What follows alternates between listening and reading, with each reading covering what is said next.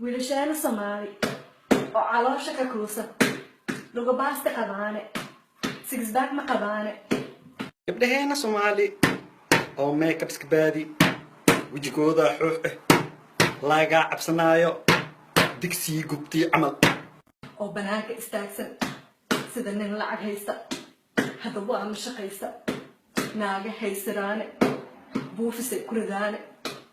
waxaan bariisay cuntaaye dhaxdeeda ma dhubna ida dhan waa isku daysantay laakiin ma nafusto يكعوذ بالله ورجينك كياعة oo daacad ahaada murqihiina weynaysta oo nolosha isku diyaariya oo romantic ahaada inkii waan aadni murqihii waan dhisani six pack oo samaysani romantic u ahaanay qasaareyna gelisi ma naxiso nin calool baag leehe naga raacdiye يكعوذ بالله